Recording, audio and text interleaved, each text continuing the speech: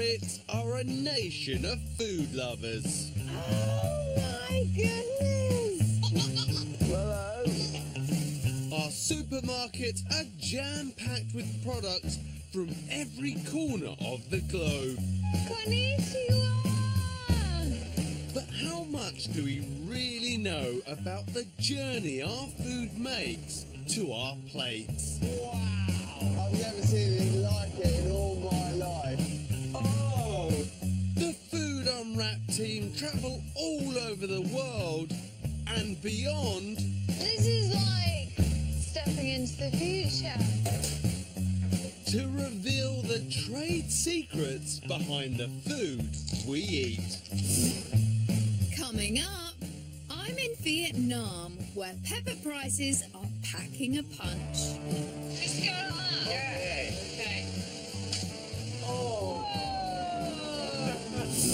I dive headlong into the weird and wonderful world of yeast. It looks like spaghetti! And I look at how they get the flavours onto our crisps. Lemon meringue crisp. We do it for you.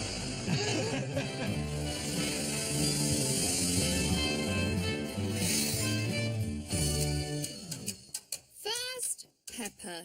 We've been cooking with it for over 2,000 years. But how much do we know about these fiery little fellows? I'm just very inquisitive about pepper. I've got a million pepper questions. What is the difference, right, between your black pepper and your white pepper? Because different recipes ask for different peppers. Is it from a different, plant or something? Would there be like a black pepper tree and a white pepper tree? I'm not too sure. They'll come from a different pepper, obviously. Yeah, a different pepper plant. Yeah, that'll be what it is. I presume it's the same stuff. Have you got an idea where the white pepper come from? No. To find out, I'm hot-footing it to the world's biggest producer of this stuff, Vietnam. I'm hitching a ride to the Binh Phu Rock province in the south of the country. And look, my driver Kenny. Say hi, Kenny. Hi. It's 75 miles from Ho Chi Minh City, and evidence of their top crop is everywhere. Ah, two? Look at this. Pepper drying on the roadside. Smells very peppery. We are definitely in the right spot. Back on the road, Kenny's taking me to a pepper farm in the village of Loc Dien. Kate! Chào, Tan! tôi sẽ giới thiệu bạn cách trồng tiêu và làm ra hạt tiêu. Duan Van Tiang used to be a coffee farmer. Then he realized he could make more money from pepper and hasn't looked back. Ah, fresh peppercorns. Can try it. Ooh, hot. Boy. I'm after the difference between black and white pepper, but these are all green. Are these peppercorns black pepper or white pepper? Chỉ làm tiêu đen thôi. So if the green berries make black pepper, then where does white pepper come from? Khi ra đây là có những cái chuỗi nó chín á, thì mình làm được tiêu trắng đi. Look at those. So this is white pepper. Tiêu trắng là làm cái này là làm rất nhanh. Nhà chỉ làm tiêu đen thôi, tại vì công nó cũng ít. So white pepper and black pepper grow on the same vine. So they're actually the same plant, but you can only make white pepper from the ripest red berries. So it is about how ripe the pepper is. To make white pepper, Tiang would need to separate the red berries from the green after harvest and soak them to remove their skins, leaving behind the white peppery centre. Cynthia! Đang hái tiêu. Can I help? Instead, it's on with black pepper. I mean, it would take a day to clear this vine alone, wouldn't it? Nửa tiếng. No! You could help us. Không quen. Chỉ phụ nữ làm thôi. Really? Only girls do this job. You just stand there and hold the ladder. And Tiang is onto a good thing. Wholesale black pepper prices are rocketing. In the last 5 years, the price has gone up by a whopping 160%. Here you go, Tongue. I got you a sack full. Quá nhiều, quá giỏi.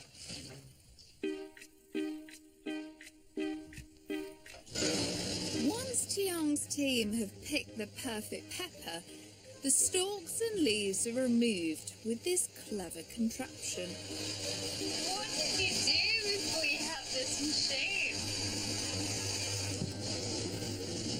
Like making wine, stamping on grapes, you guys used to step on your peppercorns. The berries are dried in the sun for 2 days until the skins shrivel up and peppercorns are created. In today's thriving market, the precious pepper then has to be safely squirreled away. So is this where you keep your pepper? Is somebody sleeping in there? Vậy thôi, không ngủ. That pretend sleeping person there is protecting this pepper. Giúp được. What would you get for one sack of peppercorns? 11 triệu. 11 million dong. Roughly, that's about £400. What would 11 million dong buy you in Vietnam? Mua được một cái xe máy. Really? Do you always get the same price for it, or does the price fluctuate? Thay đổi theo thị trường. Theo dõi hàng ngày tin nhắn của công ty gọi về. Lúc nào giá cao thì mình bán. Good businessman. Later, I have a stab at peppercorn quality control in this boom industry.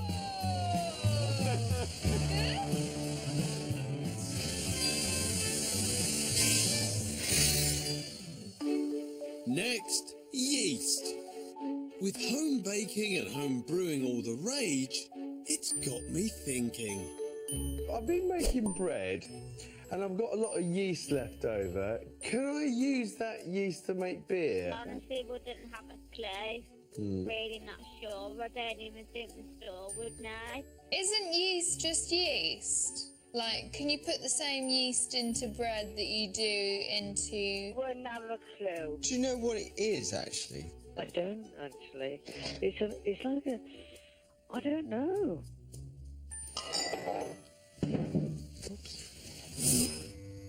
So what is yeast?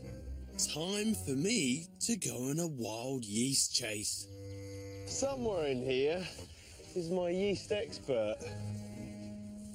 I'm looking for a man who has one of the strangest jobs in the food industry. There he is.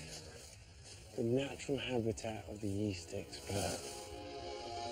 Dr. Steve James is from the Institute of Food Research. He and his team spend their days foraging for wild yeast, everywhere from the Galapagos to the Antarctic. But in a woodland environment, where would you find yeast? On this tree, for starters, in the soil, on the ferns over there. We can't see it, and we will need a microscope to help us do that. But yeah, it's literally everywhere. We are surrounded by yeast at this moment in time. Wow, so can we go on a little adventure and find some? Steve has over 4,000 different strains of yeast in his collection, which is sold to everyone from winemakers to cake manufacturers. And he finds it in the most surprising places. Oh, that'd be an excellent source of yeast, Jimmy. Big old rotten stumps. Is this good for yeast? Yes, because the tree's breaking down, so it's as it rots. Yeah.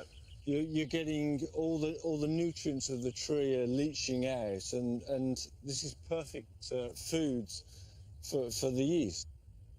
I want to know what these microscopic fungi look like. This is a yeast that is used to make ale beer. Okay, so that's a brewer's yeast then, That's a brewer's yeast, absolutely. And this one was in fact isolated from British oak. Wow. So there's yeast on oak, including the yeast that is used to make beer and bread. Really? So the yeast that we use for making our bread and our beer originally came from an oak tree? It's believed to be, yeah, absolutely. You can find that yeast on oaks across the globe. Wow, that's incredible, isn't it? So this species of yeast could be on the tree right now. Indeed. I thought I just saw it run up this little hole. Absolutely. Did it? Indeed. Although baker's and brewer's yeast both originally came from the oak, Steve tells me they produce gas and tolerate heat in very different ways. In fact, they do quite different jobs. But what does that mean in practice? Only one way to find out. Hi there, I'm Jim. I'm going to make some beer, but to see what happens, I'm going to use baker's yeast. Enjoy your bread. Cheers, will do. Bye. Thanks, bye. Right, here we go. Some malt, some sugar, My hot water. and last but not least, the baker's yeast. This is the stuff you make bread with. We all know what it does to bread. It creates the bubbles to help it rise. They hit the water, they'll wake up, they'll be like, where are we? We're meant to make bread, not make beer. They're going to be all confused. In 2 weeks, we should have beer. But will it taste like bread? Now, commercial yeast can't be foraged each morning from the forest, so I've come to Felixstowe, home to the UK's largest yeast factory, to see how it's mass-produced. Hello, Jimmy. How you doing? I'm fine, you? I'm good. Plant manager Rickard Rodge is going to show me how yeast can be grown on an industrial scale. Here they produce yeast for most of the major supermarket breads and for some of the country's top distilleries. I want to find out how you take something so simple and grow it on an industrial scale. I'm going to show you that. Basically, we grow from this. Well, that's small amount. That's small amount, 1 gram. We put it into those fermenters, and after 48 hours, we can make 1 kilo. And in another 48 hours, we get to 13 tons. So what is the process from turning 1 gram of yeast into 1 kilo in 48 hours? What do you have to do? Very simple.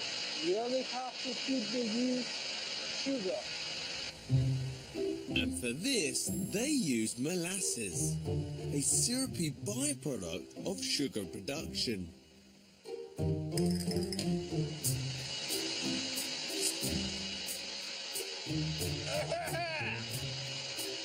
So in 48 hours, will I be about 24 foot tall?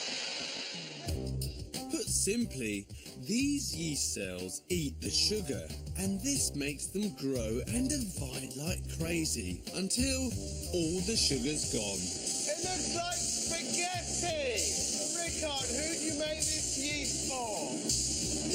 one is for bread making. All the yeast they produce here is grown from a bank of specially selected starter cultures.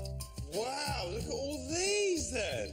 Baker's yeast for making bread. We also have some for beer, wine, and also some for distilleries. There are different strains, they have different genetic profiles, and they are good for different things. So, Ricardo, if I was a customer and I phoned you up and said, look, I want to make a beer and I want it nice and fruity. I would choose this one here. This one here. So why would you choose that yeast over, say, a baker's yeast or a distiller's yeast? Because you want to make beer that tastes like beer. So the yeast can influence the flavour. Okay. Course. So you've got to choose your yeast carefully. The right one, yes. Later, I get to the bottom of what's so special about distiller's yeast. This is one of the best filming days. And I find out how my yeasty homebrew goes down. It's quite gassy.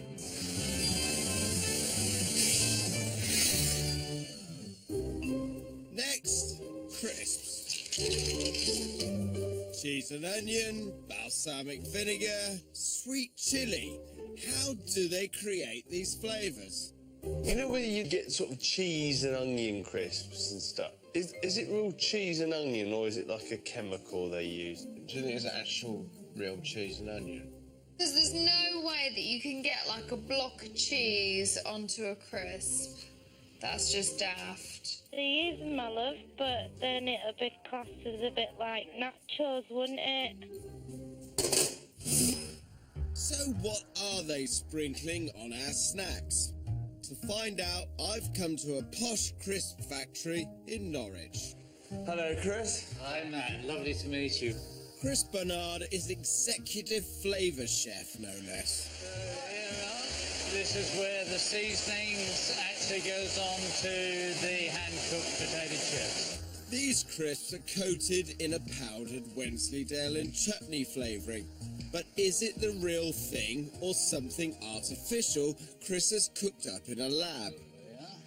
And this is where all the flavours are poured. All the flavours are born. So how do you put flavour into crisps? All right, come Matt, let's get the raw materials. Right. We've got the Wensleydale cheese with an apple chutney.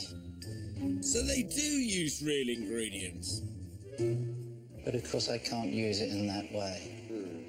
So I then have to get that into a powdered form. Now I then find some very clever people who spray dry this. And there was me thinking it would be some kind of made-up chemical flavouring. I've come to Ebervale in Wales to meet this clever flavour maker, Nick Ball. Now, Nick, you can turn cheese into powder. That's correct. It's quite a trick. Can you show me? Come on. Come on, So how do you put that onto crisps? The cheese originally arrives to us in crumbed form. Okay, and what else goes with it? Just skim milk powder. They use skim milk powder as a base, and unfortunately for me, there's quite a lot of it. The milk powder is loaded into a big vat of water. Cathilly now. So, Matt, the milk powder is fully mixed into emulsion. We're ready to put some cheese in. Okay, how much goes in? 250 kilos in this batch. 250 kilo. Come on in. I cannot bear all this hard work. Is that enough? Really? After about an hour, it looks like we've made a cheese milkshake. So, good cheesy aroma. How do you get that liquid into a powder? We'll transfer it into the next tank and we'll start spray drying. The drying happens in these enormous tanks, which are heated to 200 degrees to evaporate any liquids. But because this is a closed system, Nick's got a baby version to show me. So, liquid emulsion, pumped, high pressure through the nozzle. It's the hot air. Yeah. Evaporates the water away that you put in originally. By the time it hits halfway down, it's dry. And it gets sucked through here. Comes down the cyclone and into the bottle. So all that liquid over there will end up as dry powder here. Yes. It's very clever. And back on the factory floor, the industrial spray dryer has worked its magic. Wow. Amazing. Yeah. Very strong. Really strong. Well laden with cheese. Good though. Really nice. Coming up, I meet a man who can chemically create a kaleidoscope of flavours. Oh! Strangely mortgage.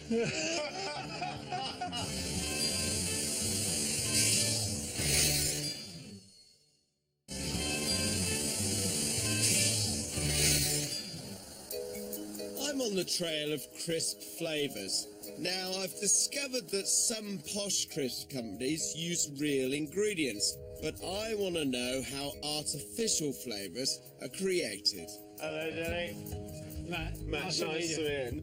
Danny Kite is Britain's top flavour maker. He's created over 20,000 synthetic flavours in his career. Okay, Matt, well, here you are. Welcome to my world. His chemicals are used to flavour anything from chewing gum to yoghurt. When you can get natural flavours, why would anyone ever reach for bottles on shelves? So let's take strawberry as an example. You're going to have to take a whole field of strawberries, smash it all up, just probably to get a few mils of the sort of liquid at the sort of strength we're talking about. Why waste all of that food when we, with a few chemicals, can produce something else? I think the thing that people struggle with is the chemical element. Don't forget, all of those things are actually made of chemicals themselves. So natural foods are just a series of chemicals, and Danny's able to copy the chemical profile of any given flavour. Time to see if I can guess what he's cooking up today. Have a smell of that.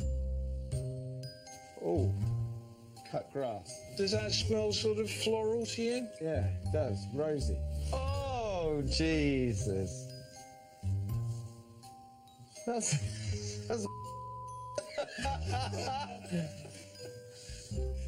stroke Parmesan cheese. Strangely Moorish. Vanilla. Absolutely. Orange. Absolutely. As one, waft it under your nose so that you get all of the smells together. Oh my God. Smelling strawberry. Smelling strawberry. That's really clever. Using this clever alchemy, Danny and his team can recreate just about any flavour in the world. Don't breathe too heavily. It'll overpower you. Today, it's good old strawberry that's being used to make a protein shake. But tomorrow, the sky's the limit. As wacky as you would want, we would have a go at it. Lemon meringue crisps. If you really thought there was a market for lemon meringue crisps and you came to us and said that you would buy it, we'd do it for you. I think there might be.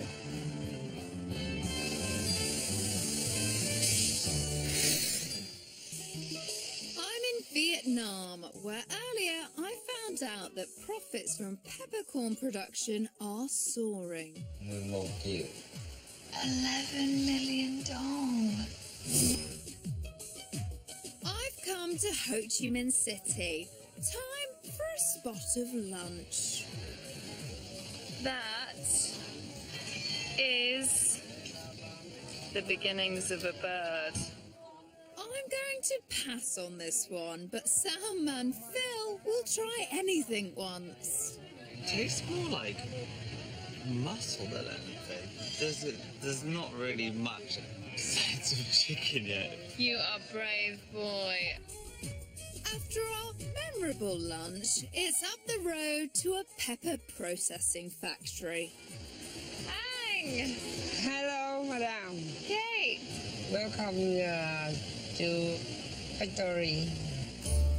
Van Tan Ang is the general manager here. Okay? How do I look? Good? Okay.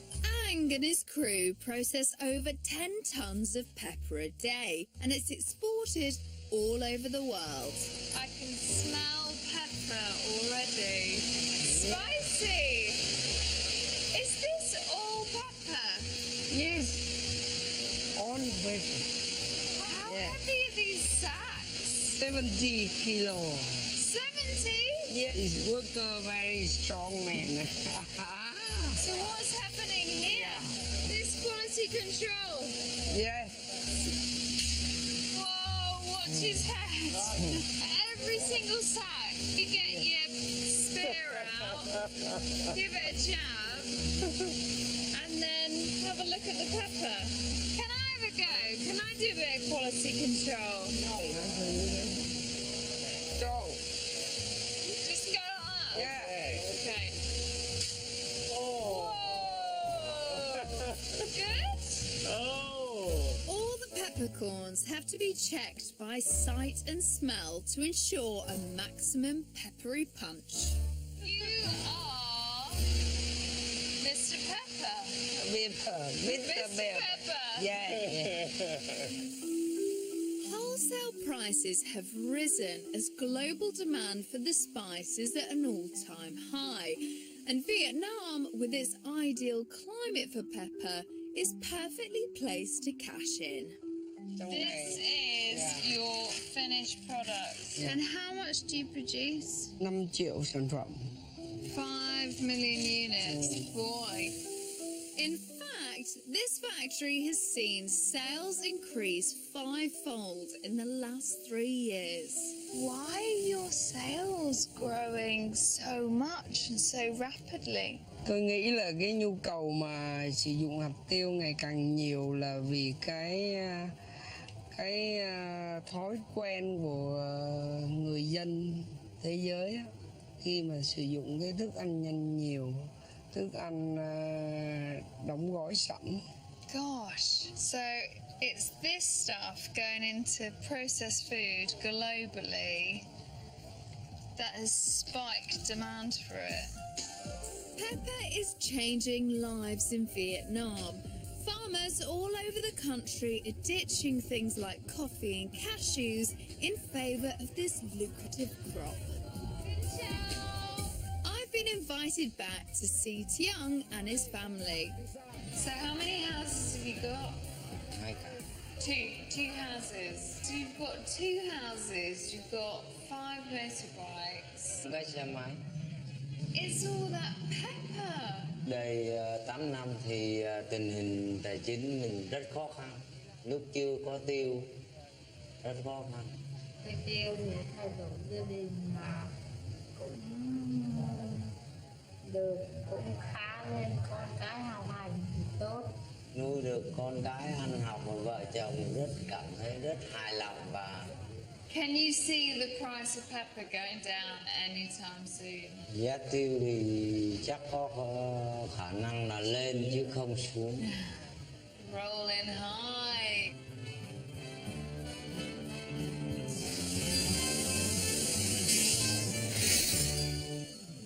Earlier, I learned that yeasts react in different ways and they all produce particular flavours. It looks like spaghetti! And I started a home brewing experiment using the wrong kind of yeast. This is the stuff you make bread with. While I wait for my beer to brew, I'm off to a traditional whiskey distillery. In Norfolk, I Hi, David. Hi, Jim. How are you?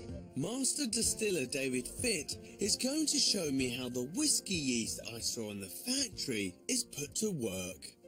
What are you cooking up in here? Well, what we're doing, we're just going to actually start the mashing process.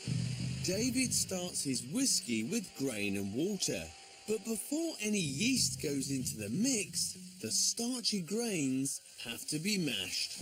Yeast can't eat starch. What we're going to do is break that starch down into fermentable sugar. The yeast will eat those, and that's when the magic happens. Got you. So basically what you're doing, you're making a porridge breakfast for the yeast. Yes. And in return, you get rewarded by whiskey. Yeah, or you will later.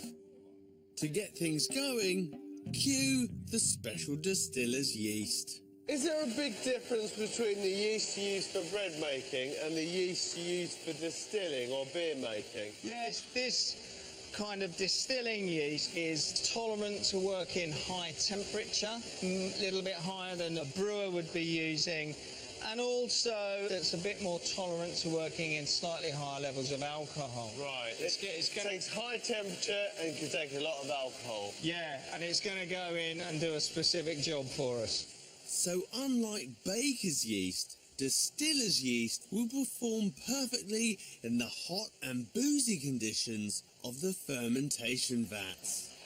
This is going to release a massive amount of energy. It's alcohol, carbon dioxide is released, as well as flavour and aroma compounds. This porridgey mix is left in vats to ferment, where the yeast reproduces rapidly. It sits burping out alcohol for 3 days, which is then distilled and left in barrels to age. This is one of the best filming days. Oh, that is incredible. But really, the whole thing hangs on the humble yeast. It does hang on the humble yeast. I mean, if we didn't have yeast, I would be out of a job. Oh, my Lord. So if every yeast has a particular job, what's my baker's yeast beer going to taste like? If someone poured that out for me in a pub, I'd be a bit disappointed. I seem to have created a brew with far too much gas and not much flavour. But what will the critics back at HQ make of it? It's got a bit of a lingering aftertaste. Well, that's a lesson learned. Perhaps next time I'll stick to the right yeast for the job. Next time, I find the future of fish farming on a London industrial estate. Look at those! I discover what gives marmalade its bitter tang. And I get to grips with what happens to the billy goats the dairy industry doesn't want. Hello. Tomorrow night, then, there's Muck in a House, a very big house in the country. Obsessive Compulsive Country House Cleaners. The new series starts at 8. Rallying round the loved ones next tonight, though. It's never easy when you spend 24 hours in A&E.